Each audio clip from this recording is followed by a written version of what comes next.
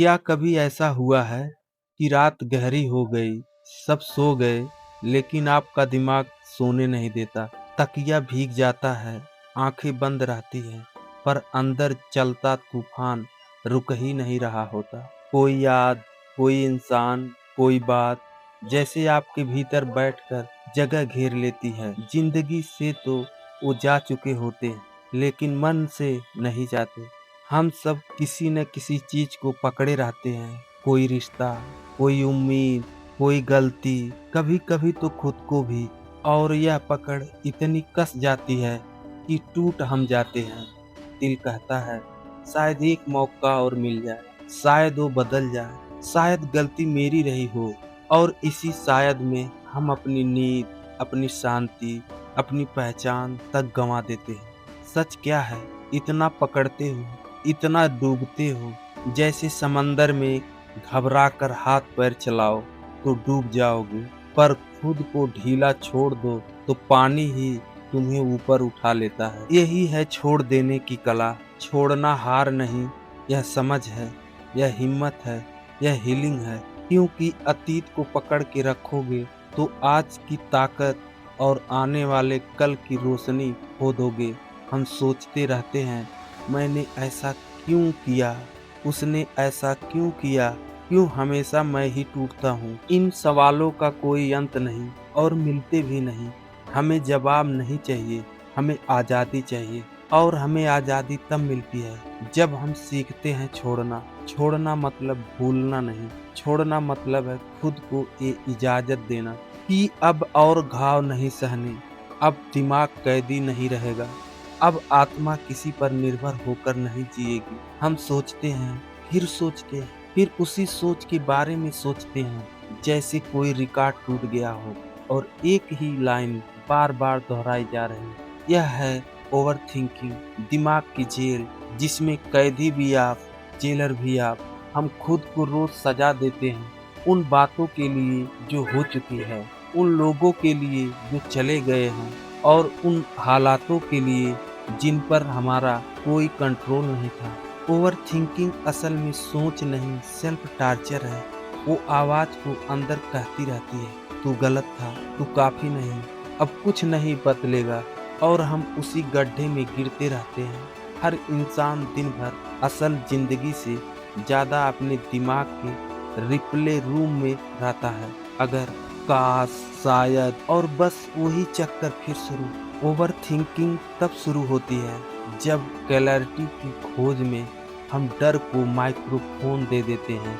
हम सोचते हैं ज़्यादा सोचेंगे तो कंट्रोल मिलेगा, लेकिन असल में हम खुद पर से कंट्रोल खो देते हैं।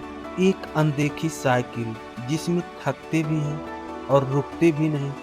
इस चक्र से पहला रास्ता है अवेयरनेस। जब आपको पता चले कि दिमाग फिर वही पुराना चक्कर काटने जा रहा है, बस वहीं से आजादी शुरू होती है। अपनी सोच को देखना सीखो, जज मत करो जैसे किसी फिल्म को देख रहे हो। यह विचार है, लेकिन यह मैं नहीं हूँ। दूसरा रास्ता है प्रेजेंस, यानी अभी में रहना, सांस महसूस करना, आसपास की आवाजें सुनना, अपने पैर जमीन पर महसूस करना।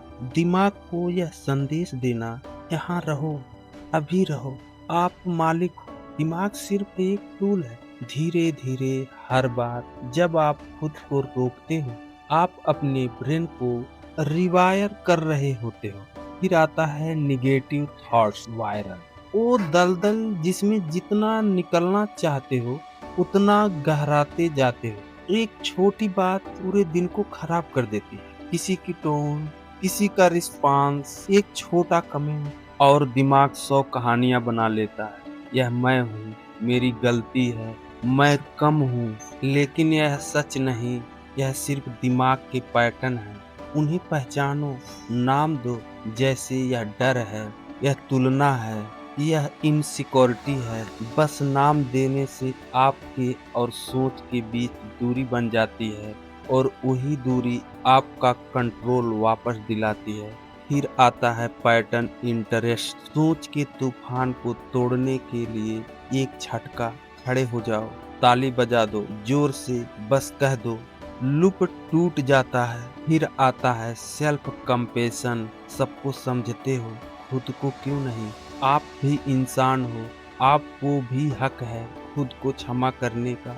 जब आप हर दिन यह प्रैक्टिस करते हो, आपका दिमाग धीरे धीरे बदलने लगता है। फिर आता है इमोशनल डिटैचमेंट, मतलब डिस्कनेक्ट नहीं, बैलेंस। आप किसी से प्यार करते हो, लेकिन अपने मन की चाबी उन्हें नहीं सौंपते। उनके मूड से आपकी पीस तय नहीं होती। आप जुड़ते हो, लेकिन खुद को खोते नहीं। डिटैचमेंट आपको वह स्पेस देता है जहां आप रिएक्ट नहीं, रिस्पॉन्स करते हो।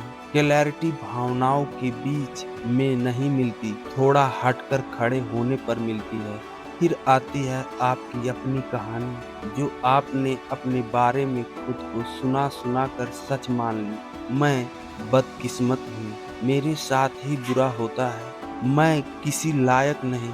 ये सब पुराने जख्मों की आवाजें हैं, आपकी पहचान नहीं। कहानी को पहचानो, लिखो और उसे फिर बदलो। शुरू करो कहना, मैं सीख रहा हूँ, मैं हील हो रहा हूँ, मैं खुद को माफ कर रहा हूँ, मैं नया चैप्टर शुरू कर रहा हूँ। फिर आती है डेली प्रेस्टिक्स, यही है असली लेटिंग गो। कोई बड़ा नाटक नहीं होता, अंदर एक हल्की सी मुलायम सुबह होती है जो धीरे धीरे जिंदगी बदल देती है। सुबह दिमाग सबसे साफ होता है। अगर आप शुरुआत ही स्क्रॉलिंग और कंपटीशन से करते हो, तो दिन उसी रंग में बीतता है। लेकिन कुछ मिनट जर्नलिंग, कुछ मिनट शांति, कुछ मिनट ग्रेटिट्यूड पूरी एनर्जी बदल देते हैं। क्योंकि ब्रह्मांड भी एक कमरा है, रोज साफ न करो तो जमेगा ही। लेटिन गो ऊंची आवाज में नहीं होता, यह छोटी छोटी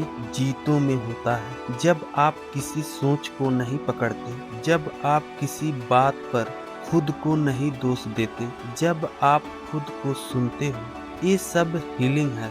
और हाँ, कभी कभी लगेगा फिर से पीछे लौट गए। यह वेव है, ऊपर नीचे, ठीक है, बस चलते रहना है। क्योंकि हम सब उड़ना चाहते हैं, लेकिन उड़ान से पहले पैरों में बंधन खोलने पड़ते हैं। जब आप छोड़ते हो, आप नफरत नहीं करते, आप खुद को वापस पाते हो। उन टुकड़ों को जो थककर दुनिया में बिखर गए थे, उन्हें वापस जोड़ते हो। यही है लेटिन गो का असली अर्थ, अपने अंदर लौट आना।